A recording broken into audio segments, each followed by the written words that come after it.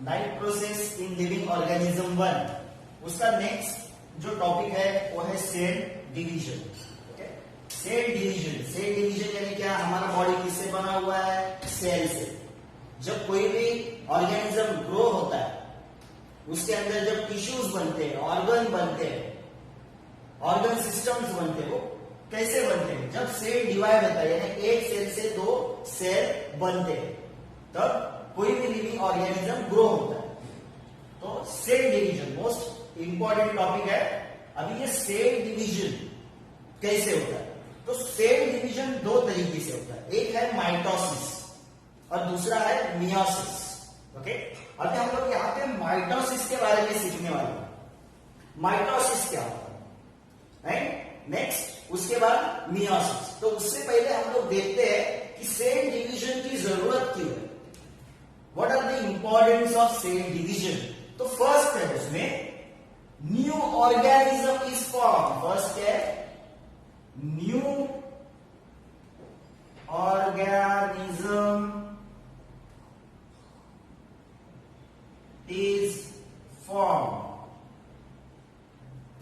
एक new organism बनता है फ्रॉम द एग्जिस्टिंग वन। जैसे कि हम लोग हैं, ओके, हम लोग का जो नया नेक्स्ट जनरेशन आएगा, यानी न्यू ऑर्गेनिज्म, यानी हमसे क्या बना, एक नया नेक्स्ट जनरेशन आया, जो चाइल्ड आया या फिर जो भी बेबी बॉर्न होगा, वो किससे आता है, एग्जिस्टिंग ऑर्गेनिज्म से, या फिर आप, ओके, आपका जन्म किससे हुआ है, आपके मदर फादर से, यानी एग्जिस्टिंग से आपका नया जनरेशन आया है। तो न्यू ऑर्गेनिज्म इज फॉर्म, ये सेल डिवीजन की वजह से होता है। नेक्स्ट क्या है, नेक्स्ट है multicellular organism. Multicellular organism grow होते हैं, हम लोग जैसे एनिमल, ये जो मल्टीसेल्युलर ऑर्गेनिज्म है वो ग्रो होते हैं because of cell division. Third क्या है, थर्ड है emaciated body restored. Emaciated body यानी क्या, इमैसिएटेड का मतलब क्या है, इमैसिएटेड यानी अगर हमारे बॉडी के अंदर सर्टन सेल्स अगर डैमेज होते हैं या फिर डाई होते हैं, मर जाते हैं, तो हम लोग बोल सकते हैं, या फिर खराब होते हैं, तो ये सेल डिवीजन से उस सेल को रिप्लेस किया जाता है, उसको बोलते हैं इमैसिएटेड। उसको क्या बोलते हैं, इमैसिएटेड। एंड फोर्थ क्या है, wound healing and formation of blood cells. Fourth क्या है, वाउंड हीलिंग। वाउंड हीलिंग यानी क्या, जब हम लोग गिरते हैं या फिर सर्टन अगर कट हुआ हाथ में, ओके, तो वहां से खून निकलता है, मगर कुछ देर बाद वहां पे खून वो क्लोट होता है, ब्लड क्या होता है, क्लोट, और बाद में कुछ दिनों के बाद वो आपका जहां पे कट हुआ है वहां का स्किन नॉर्मल हो जाता है, यानी वाउंड हीलिंग। हीलिंग यानी उसको कंप्लीटली पैक करना, ओके, वो कट है वो बाद में कंप्लीटली पहले जैसा स्किन था वैसे ही दिखने लगता है, तो वाउंड हीलिंग। ओके, नेक्स्ट है फॉर्मेशन ऑफ ब्लड सेल्स। हमारे बॉडी में जो भी ब्लड सेल्स है वो फॉर्म करने के लिए सेल डिवीजन की जरूरत है। तो सेल डिवीजन क्यों होना चाहिए, फर्स्ट न्यू ऑर्गेनिज्म बनाने के लिए, नेक्स्ट है मल्टीसेल्युलर ऑर्गेनिज्म ग्रो होने के लिए, थर्ड है इमैसिएटेड बॉडी रिस्टोर्ड। इमैसिएटेड यानी अगर सर्टन सेल डैमेज हुए, ओके, डेड हुए, तो उसको रिस्टोर करने के लिए, bound healing and formation of blood cells. तो सेल डिवीजन की जरूरत सब इसके लिए। नेक्स्ट, जैसे मैंने बोला कि सेल डिवीजन है वो 2 तरीके से होता है, एक है माइटोसिस और दूसरा है मियोसिस। माइटोसिस और दूसरा है मियोसिस। ओके, अब ये दोनों में डिफरेंशिएट क्या है, दोनों भी सेल डिवीजन का काम करते हैं। तो माइटोसिस क्या है एंड मियोसिस क्या है, ओके। तो फर्स्ट है माइटोसिस, किधर होता है, माइटोसिस होता है सोमैटिक सेल्स या फिर उसको और है स्टेम सेल, और ये होता होता है जर्म सेल्स। तो माइटोसिस किधर होता है? Somatic cell. सोमैटिक सेल यानी क्या? हमारे हेड से लेग्स के टोस तक जितने भी सेल्स है बॉडी में, जितने भी सेल्स है हेड से टोस तक जितने भी सेल्स है उसको बोलते हैं सोमैटिक सेल। एक्सेप्ट मेल में टेस्टिस एंड फीमेल में ओवरी के अंदर के। मेल में टेस्टिस के अंदर के एंड फीमेल में ओवरीज के अंदर के सेल्स को अगर छोड़ दिया तो उसको बोलते हैं सोमैटिक सेल। बॉडी में हाथ के, पैर के, लीवर के, लंग्स के, ओके, किडनी के, स्किन के, सब जितने भी सेल्स है वो आते हैं सोमैटिक सेल। नेक्स्ट है स्टेम सेल। स्टेम सेल यानी क्या? स्टेम सेल यानी आप लोग उसको ऐसा बोल सकते हैं, ये टॉपिक आपको फर्दर है या 10th स्टैंडर्ड में। स्टेम सेल, इसको हम लोग बोल सकते हैं मदर ऑफ सेल्स। यानी स्टेम सेल ऐसे सेल्स होते हैं जिनसे डिफरेंट टाइप ऑफ सेल्स बनते हैं, यानी ओरिजिन ऑफ सेल्स। अभी ये स्टेम सेल्स कहां पे होते हैं, कैसे होते हैं, उसको हम लोग कैसे प्रिजर्व कर सकते हैं, उसके बारे में हम लोग सीखेंगे। ओके, तो माइटोसिस किधर होता है? Somatic cell and stem cell. Meiosis किधर होता है? Germ cell. मैंने अभी बोला माइटोसिस हमारे पूरे बॉडी में होता है इसमें एक्सेप्ट टेस्टिस एंड फीमेल में ओवरीज। तो ये जर्म सेल किधर होते हैं? मेल के टेस्टिस में एंड फीमेल के ओवरीज में ये जर्म सेल्स होते हैं। नेक्स्ट है, इसमें बनता है 2 डॉटर सेल बनता है। इसमें 2 डॉटर सेल बनते हैं, इसमें 4 डॉटर सेल बनते हैं। कैसे वो हम लोग आगे देखेंगे। डॉटर सेल, इसमें 2 डॉटर सेल बनते हैं, इसमें 4 डॉटर सेल बनते हैं। नेक्स्ट है थर्ड, क्रोमोसोम। क्रोमोसोम के बारे में मैंने मेरे प्रीवियस लेक्चर में बताया क्रोमोसोम क्या होता है। क्रोमोसोम नंबर जो है वो रिस्टोर्ड होते हैं। क्रोमोसोम नंबर रिस्टोर्ड होते हैं। यहां पे है क्रोमोसोम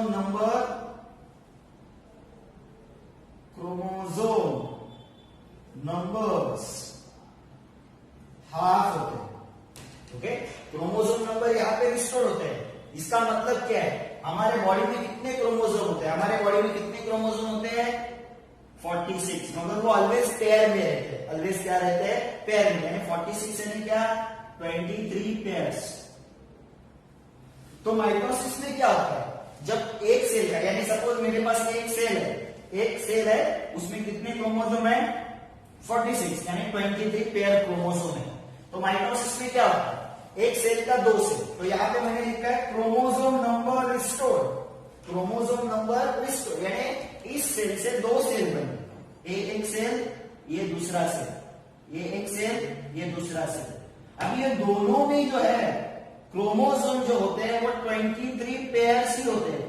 इसमें भी 23 पेयर्स, इसमें भी 23 पेयर्स, यानी इसमें भी 46, इसमें भी 46। यानी पैरेंट में कितने क्रोमोसोम थे? 46।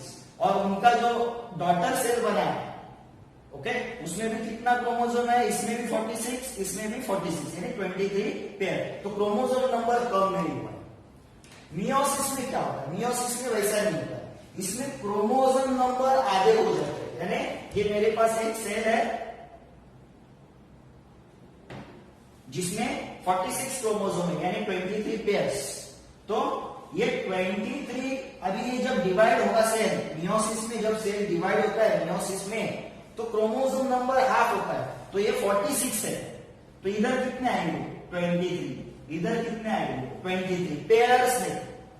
ये 46 है, वो 23 में डिवाइड होते हैं। तो यहाँ पे 23 क्रोमोसोम आते हैं, यहाँ पे 23। तो क्रोमोसोम नंबर क्या होगा? हाफ। 23 2 सेल बने।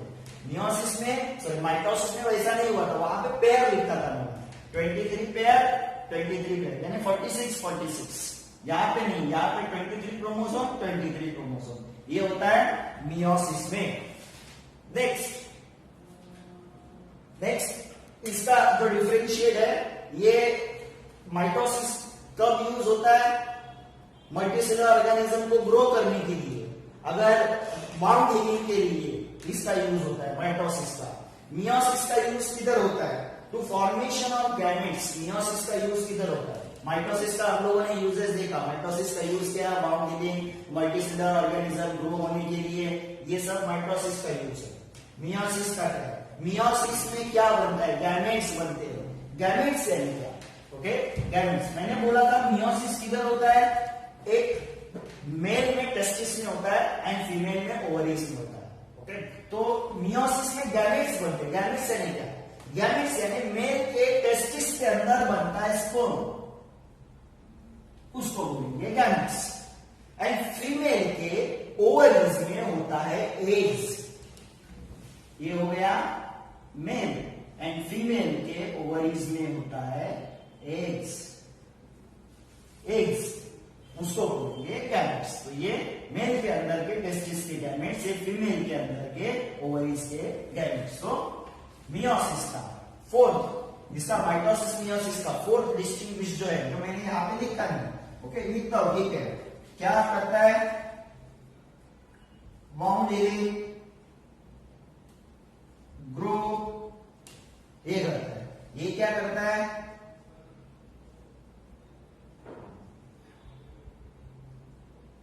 गैमेट्स, गैमेट्स बनाता है। कौन से गैमेट्स? Sperm and eggs. तो ये है माइटोसिस मियोसिस का डिस्टिंग्विश। कभी कभी आपको एग्जाम में पूछते हैं माइटोसिस एंड मियोसिस का डिस्टिंग्विश लिखो। सोमैटिक सेल, स्टेम सेल में होता है germ cell, 2 daughter cell, 4 daughter cell, chromosome number same रहता है। न्यू जो डॉटर बनता है क्रोमोसोम नंबर हाफ होता है। ये यूज होता है बाउंड हीलिंग एंड ग्रोथ के लिए, एंड ये होता है प्रोडक्शन ऑफ गैमेट्स। तो ये है माइटोसिस एंड मियोसिस। अभी नेक्स्ट है, नेक्स्ट है सेल डिवीजन। सेल डिवीजन दो तरीके से होता है, हम लोगों ने सीखा माइटोसिस, मियोसिस। पहले हम लोग माइटोसिस के बारे में सीखने वाले हैं। Okay, mitosis. माइटोसिस में भी दो टाइप्स, दो स्टेज होते हैं। टाइप्स नहीं बोल सकते हम लोग, दो स्टेज होते हैं। एक है कैरियोकाइनेसिस और दूसरा है cytokinesis. Karyokinesis and cytokinesis. Karyokinesis यानी क्या?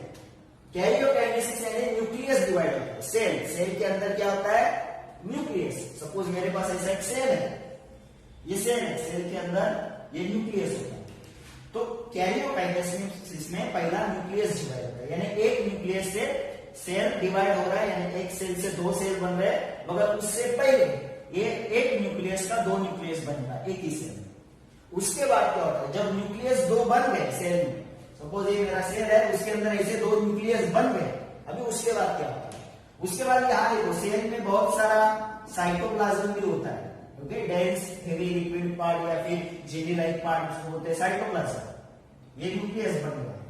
अभी ये जो नेक्स्ट स्टेप आता है साइटोकाइनेसिस। साइटो यानी क्या? साइटोप्लाज्म। साइटोप्लाज्म, ये न्यूक्लियस डिवाइड होने के बाद ये साइटोप्लाज्म डिवाइड होता है। साइटोप्लाज्म डिवाइड होता है यानी ऐसा, ये साइटोप्लाज्म इधर आता है, थोड़ा साइटोप्लाज्म इधर जाता है, ये सेल, ये न्यूक्लियस, ये न्यूक्लियस, बाद में ऐसा वो डिवाइड होता है।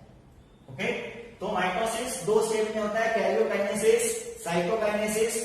कैरियोकाइनेसिस में न्यूक्लियस डिवाइड होता है, साइटोकाइनेसिस में साइटोप्लाज्म डिवाइड होता है। अभी कैरियोकाइनेसिस का आगे स्टेप है, कौन कौन सा स्टेप है?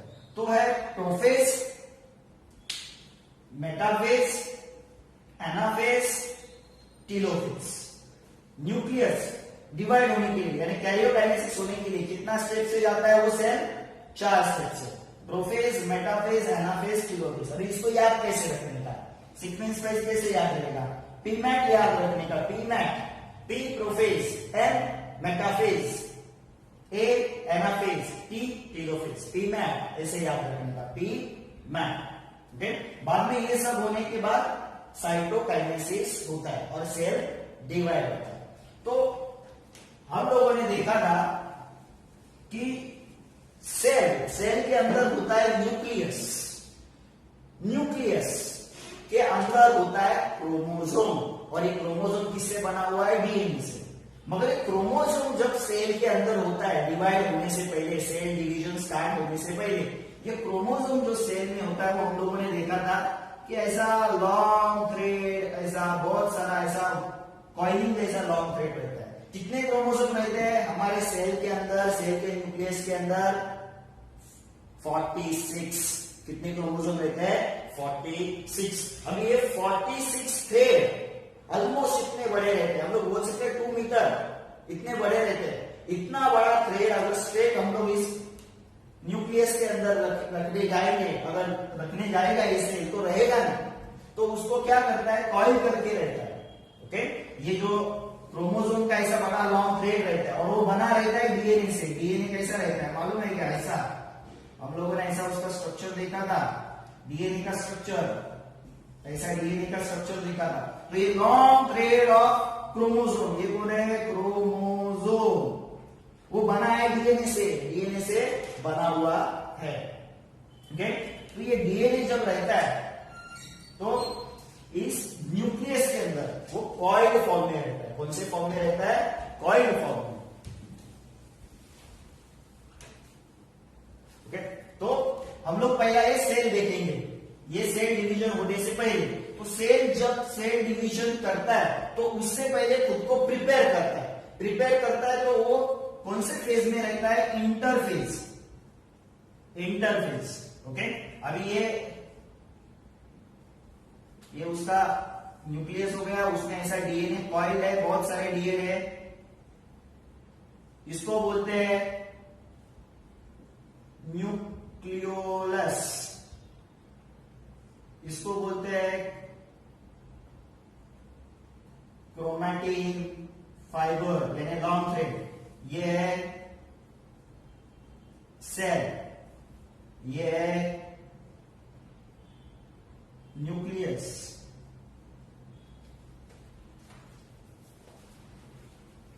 और ये है सेंट्रोसोम। ओके, तो सेल डिवाइड होने से पहले एक इंटरफेज में होता है। इंटरफेज, इंटरफेज यानी ऐसा फेज जिसमें सेल खुद को बनाता है डिवाइड होने के लिए। तो इंटरफेज में ये इस तरीके का सेल होता है, उसमें एक सेंट्रोसोम रहता है, ये है न्यूक्लियस के अंदर न्यूक्लियोलस रहता है, ये है क्रोमोसोम जो लॉन्ग थ्रेड कॉइल फॉर्म में रहते हैं, उसको बोलते हैं क्रोमैटिन फाइबर, ये है सेल, सेल मेम्ब्रेन। इस तरीके का सेल रहता है। सेल डिवीजन में हम लोग बाकी सब कुछ नहीं दिखा रहे, साइटोप्लाज्म वगैरह कुछ नहीं दिखा रहे, गोल्गी बॉडीज अदर बहुत सारे इसके अंदर सेल ऑर्गेनेल्स रहते हैं, वो हम लोग नहीं दिखाने वाले। तो सेल नॉर्मली हम लोग इस तरीके का दिखाते हैं ड्यूरिंग द सेल डिवीजन। तो ये इंटरफेज है। इंटरफेज में सेल क्या करता है? खुद को प्रिपेयर करता है सेल डिवाइड होने के लिए। अभी इंटरफेज से, ये इंटरफेज के बारे में आपके टेक्स्ट बुक में नहीं दिया है, मगर याद रखना है आपको, सेल डिवीजन जब होता है तब एक बड़ा सा फेज रहता है। इस फेज से पहले या मियोसिस से पहले वो फेज रहता है इंटरफेज। ओके, उसमें आपको याद रखना है सेल खुद को प्रिपेयर करता है डिवाइड होने के लिए। उसमें G1, S, G2 ऐसा फेज रहता है। उसमें जो S फेज रहता है सिंथेटिक फेज, इंटरफेज में भी 3 फेज रहते हैं, G1, S एंड G2। इस S फेज में आपके टेक्स्ट बुक में लिखा है कि नंबर ऑफ क्रोमोसोम डबल होते हैं, ऐसा कुछ तो लिखा है, मगर वो थोड़ा सेंटेंस थोड़ा रॉन्ग दिया है। ऐसा देखा जाएगा तो सेंटेंस बराबर है, मगर उसका मतलब क्या होता है? नंबर ऑफ क्रोमोसोम डबल होते हैं, क्रोमोसोम नंबर कभी डबल नहीं होता। ये जो लॉन्ग थ्रेड है जो डीएनए से बने हैं, वो डीएनए डबल होता है, क्रोमोसोम का डीएनए डबल होता है, वो हम लोग आगे देखेंगे। ओके, तो सिर्फ आपको याद रखना है जब सेल डिवाइड होने जाता है तब वो इंटरफेज में पहला जाता है और खुद को प्रिपेयर करता है डिवाइड होने के लिए। नेक्स्ट में हम लोग देखेंगे कि माइटोसिस